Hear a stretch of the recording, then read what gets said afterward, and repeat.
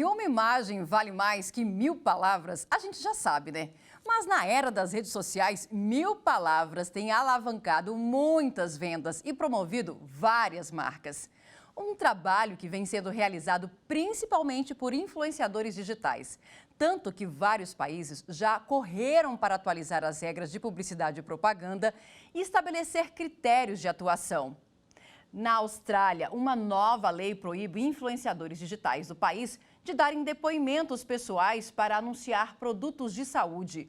O Igor, que mora em Sydney, entende bem desse mercado publicitário e vai falar do estilo das propagandas de lá e dar mais detalhes dessa nova regra. Igor, conta pra gente como funciona aí.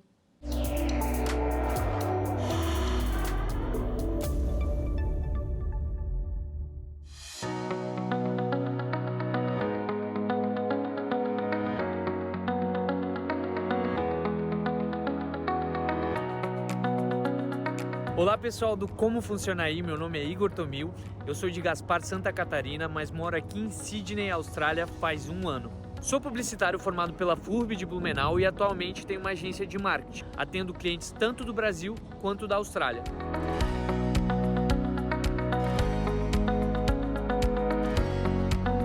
As propagandas aqui na Austrália são muito interessantes, devido às séries de restrições impostas. Os publicitários aqui precisam ser extremamente criativos e originais, para então poder contornar as restrições e alcançar os seus objetivos. Eles estão constantemente em busca de desfechos inesperados e utilizam o bom humor em suas propagandas, tornando assim as propagandas ainda mais envolventes. Alguns dos exemplos de restrições de publicidade aqui na Austrália são no setor de bebida alcoólica, por exemplo. Aqui é proibido vincular anúncios de álcool mostrando o consumo excessivo ou irresponsável. Isso também serve para o tabaco. Desde 1992, não é permitido fazer anúncios de cigarro ou tabaco. Essa restrição visa desencorajar o uso de tabaco e melhorar a saúde pública. Existem também regulamentações na publicidade infantil. Toda publicidade voltada à criança é alvo de uma regulamentação rigorosa. As propagandas precisam ser socialmente responsáveis e não podem explorar nem a inexperiência e nem a credulidade das crianças. Mas a última lei que deu o que falar foi a lei que proíbe influenciadores de dar depoimentos pessoais para produtos de saúde. Isso aconteceu porque existiu um caso aqui na Austrália de uma influenciadora que disse que venceu o câncer apenas usando vitaminas e suplementos. Mas foi revelado que ela nunca teve essa doença. Os influenciadores agora vão ter que remover as postagens antigas que não estão de acordo com as novas regras. Enquanto isso, a nova legislação pode se expandir para outras áreas no futuro. E para falar sobre esse assunto, convidamos o advogado especialista em direito do consumidor, Dr. Fabrício Bonzan.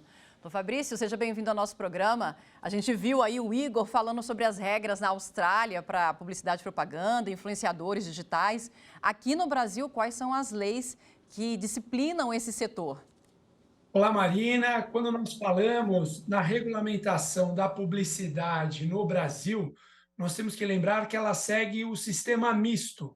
O que é o sistema misto? É o setor privado regulamentando a publicidade, então o setor composto pelas entidades, pelas agências que regulamentam e cuidam da publicidade no país, no caso o CONAR, Conselho Nacional de Autorregulamentação Publicitária, e também o Estado. O Estado também regulamenta a publicidade no âmbito do legislativo pelo Código de Defesa do Consumidor. E a gente viu o Igor falando sobre essa nova restrição para os influenciadores digitais de lá, não podem falar aí, fazer propaganda. Na verdade, eles podem fazer propaganda a respeito de produtos de saúde, desde que deixem bem clara que essa é uma propaganda paga, né? Não é uma opinião pessoal dele. Aqui no Brasil, o senhor vê semelhanças nessas restrições? A gente tem algo parecido? Sim, o CONAR, que é a regulamentação privada do setor da publicidade, tem um guia para os influenciadores digitais. E um dos cuidados que está lá nesse guia para os influenciadores digitais é deixar muito claro que quando o influenciador estiver falando de um determinado produto, que ele coloque lá a informação na tela de que se trata de uma publicidade. E isso vem do Código de Defesa do Consumidor. O Código de Defesa do Consumidor tem um princípio específico da publicidade que fala exatamente da fácil e imediata identificação da publicidade. Nos termos do artigo 36 do Código de Defesa do Consumidor, o consumidor deve fácil e imediatamente identificar que uma determinada mensagem é publicidade. E isso vale não só para as publicidades veiculadas nos meios tradicionais, imprensa, jornal, revista, mas também vale para todo tipo de publicidade, ainda que veiculada pelas redes sociais. E a gente tem alguma norma internacional para disciplinar essa questão? Porque, querendo ou não, a internet aí é um meio que pode ser acessado por qualquer pessoa, em qualquer parte do mundo. Como é que disciplina essa questão entre os países? Olha, nós temos um regramento internacional que envolve exatamente a proteção do consumidor no comércio eletrônico, OCDE, Organização de Cooperação e Desenvolvimento Econômico. Então, o Brasil aderiu a esse diploma no ano de 2016 e eu poderia dizer que seria um regramento de âmbito geral. Mas nós temos regramentos específicos, tanto na América do Sul, países da América do Norte, as diretivas europeias, também tomando esse mesmo cuidado que o CONAR tomou em relação ao Brasil. Ou seja, regulamentações específicas, disciplinando a atividade dos influenciadores digitais, tamanha proporção que esse tipo de publicidade vem impactando na sociedade nacional e mundial. E, doutor, por que é importante fazer esse critério para os influenciadores digitais? A gente sabe que a propaganda por meio da rede social difere um tanto quanto da propaganda tradicional, que a gente sabe que é feita por agências de publicidade, com o uso de recursos de imagens fortes. No caso dos influenciadores, normalmente é a opinião pessoal dele. Por que é importante deixar claro que essa não é só uma opinião, mas também é uma propaganda a respeito de um produto ou de um tratamento? Porque o consumidor, Marina, ele tem o direito à informação, um direito básico dele é a informação. Então, se ele está ali na sua rede social, no momento de lazer, de descanso, e ele acha que o influenciador está dando uma opinião de algum produto, mas, na verdade, o que existe é uma veiculação de publicidade, repito, além do direito à informação, tem o princípio da identificação imediata da publicidade. Então, o consumidor ele não pode ser enganado. Ele não pode achar que é um jornalista que está ali naquele momento passando uma informação de cunho jornalístico. Não, ele tem que saber que ali é um informe publicitário. Né? Não é possível enganar o consumidor a esse ponto.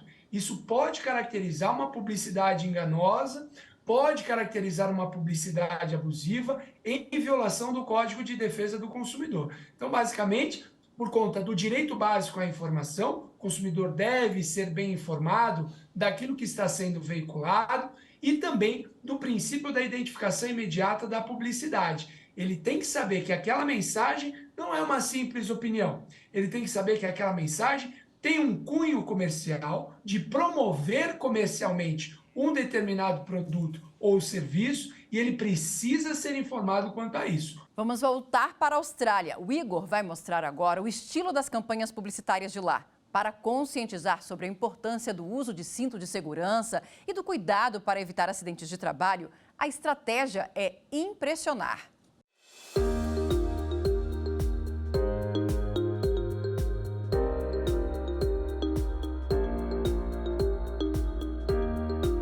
Uma das coisas que mais me chamou a atenção aqui na Austrália foram as campanhas de conscientização na publicidade. Em particular, as campanhas sobre o uso de cinto de segurança e segurança no trabalho são bastante marcantes. Essas campanhas são intensas e explícitas, deixando muito bem claro os resultados caso as pessoas não sigam as orientações. Um exemplo impactante é um comercial de segurança no trabalho. Nesse comercial, um ajudante de cozinha está carregando uma panela enorme, cheia de água quente e acaba deixando cair sobre ele mesmo. No Brasil, eles parariam o comercial no momento do acidente, mas aqui na Austrália não. Eles vão até o final. Eles mostram o resultado e uma pessoa caída no chão, cheia de queimaduras e deformidades. essa abordagem tem um impacto muito mais forte, transmitindo a gravidade das consequências e reforçando as medidas de segurança. E aí, Marina, o que você achou das regras de publicidade aqui da Austrália? Olha, eu achei muito chocante. E o senhor, doutor Fabrício, como é que o senhor vê essa publicidade que tem lá na Austrália? E eu já queria aproveitar e perguntar o seguinte, aqui no Brasil, a gente tem alguma restrição para esse estilo de propaganda? Olha, é importante a gente diferenciar, Marina, propaganda de publicidade. Tecnicamente existe uma diferença.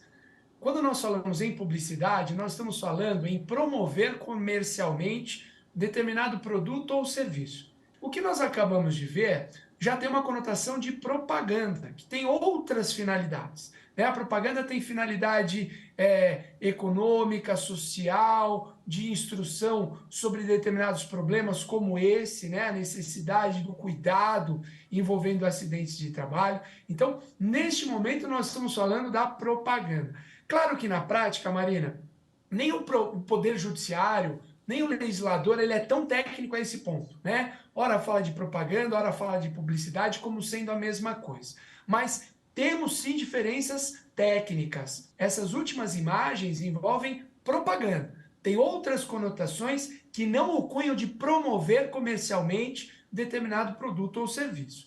E pensando aqui no Brasil, a depender do horário, teria algum tipo de restrição pensando no não afetar ali, não impressionar uma criança, né? Pensando ali no ECA, quando regulamenta determinadas publicidades para o horário da noite, né? Aí poderíamos falar num tipo de restrição. Mas fora esse tipo de restrição, é o tipo de propaganda muito bem-vinda, porque tem por finalidade instruir, tem por finalidade orientar, educar a população para um determinado perigo, para um determinado risco. Uma boa campanha, como propagandas educativas, tem o poder mesmo de alterar e até modificar hábitos de uma população, né? A gente tem exemplos aqui no Brasil de campanhas nesse sentido? Sim, eu posso dar um bom exemplo que envolve a publicidade dos cigarros.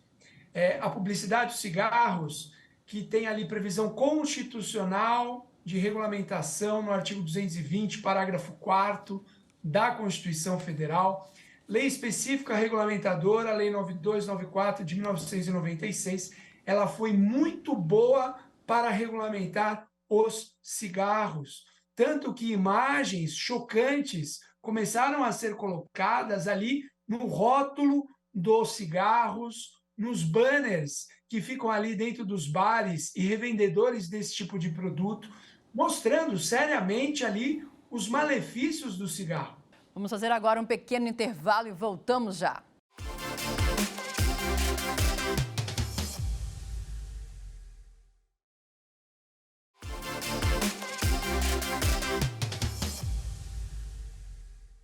O Como Funciona Aí está de volta e a gente desembarca agora na Irlanda, que saiu na frente na guerra contra a publicidade do álcool. Uma nova lei do país determina que os rótulos de cerveja tenham alerta sobre os riscos do consumo. O Bruno mora em Dublin e vai falar para a gente dessa novidade. Bruno, é com você.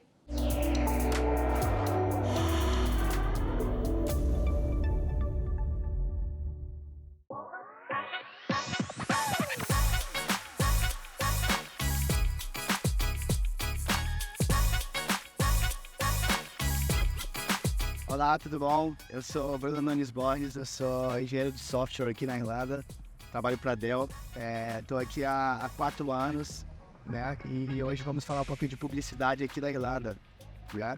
E as diferenças aí, como são do Brasil. Vem comigo. As redes sociais, né, são um forte meio de comunicação aqui, né? A maioria das publicidades são feitas pelas redes sociais, né, Facebook, o Instagram, e aqui é muito comum, né, a publicidade ser feita pelos influencers, né, pelos blogueiros. Aqui também é engraçado que a televisão é bastante restrita, né, todo mundo que tem televisão em casa precisa ter uma licença para ter acesso à televisão pública, né, programas de TV público.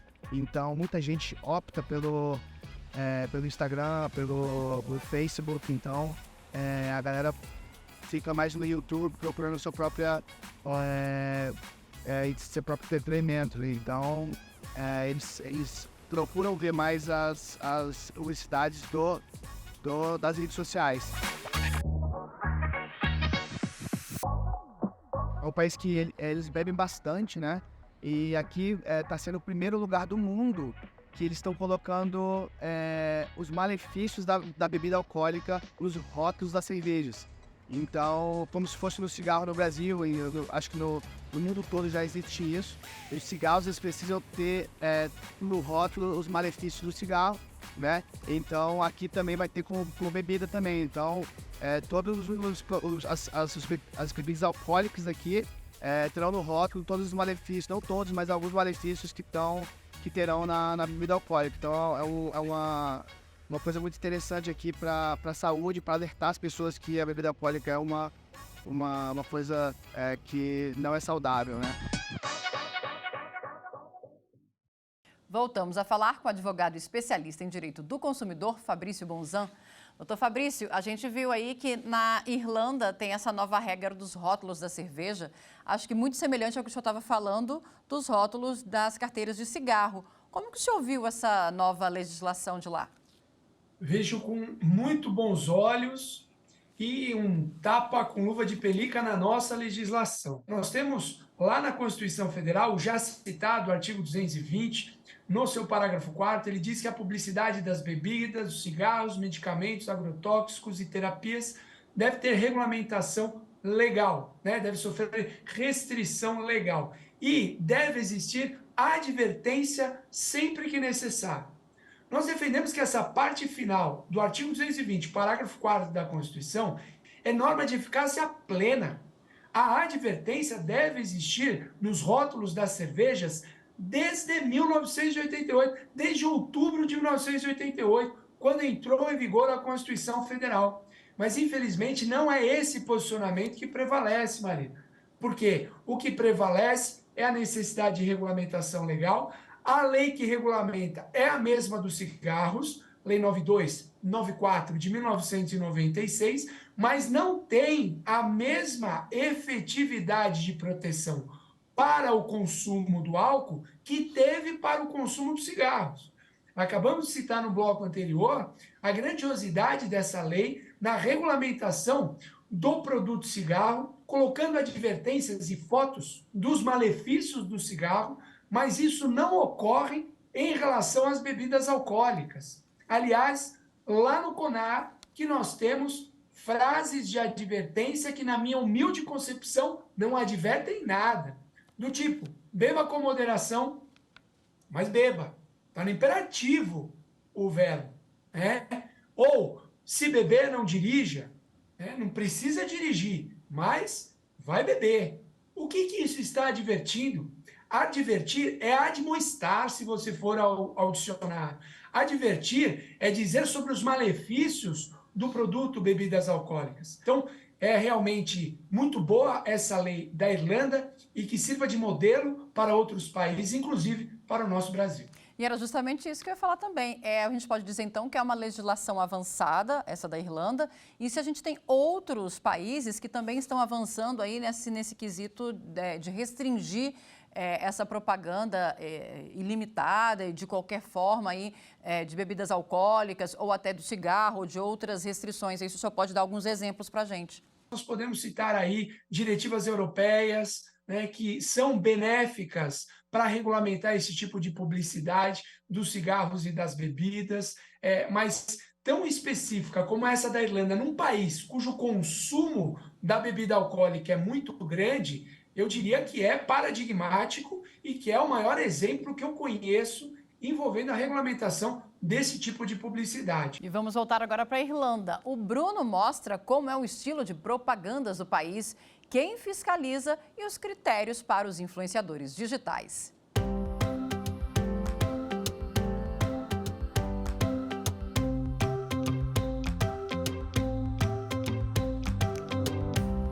Um próprio Instagram tem os blogueiros, eles precisam seguir aí uma regrinha, né? Que é, eles têm que demonstrar que estão fazendo publicidade, né? Eles têm que colocar uma hashtag ad, né? Que é de advertisement, que é de publicidade. Aqui na Irlanda também tem algumas peculiaridades, né, acerca das publicidades. Os órgãos fiscalizadores aqui da Irlanda são... um é chamado ASAI, né, que é Advertising Standards Authority for Ireland. Então, é mais ou menos como uma agência reguladora no Brasil, né, e eles fazem com que sejam reguladas, né, e aplicadas sanções, né, para as pessoas ou para as empresas que estão fazendo publicidade. E também tem restrições quanto à publicidade, né? Por exemplo, não pode ser feito amplamente com publicidade de tabaco, de bebidas alcoólicas, de medicamentos na televisão ou no Instagram, no Facebook também. Se você coloca no Marketplace, né, no Facebook, eles automaticamente tiram o seu anúncio do ar. Também existe publicidades nas rádios, né, que tem um sinal sonoro na publicidade e na TV também. Então é obrigatório ter essa identificação das publicidades. Então a mídia social aqui é bem forte e ainda tem muito a crescer essa publicidade, os órgãos fiscalizadores da Irlanda. E aí, Marina, o que você acha de vir para a Irlanda e curtir a publicidade daqui?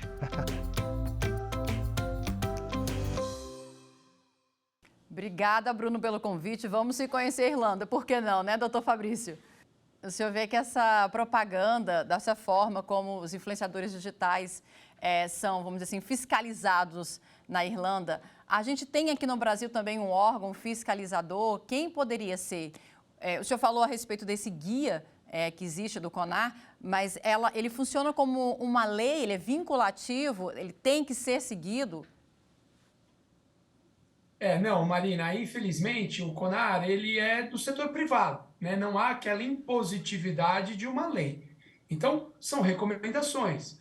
Claro que o CONAR, quando a gente fala do Código de Autorregulamentação Publicitária, que atinge o veículo de comunicação, a agência de publicidade, o CONAR tem mais força.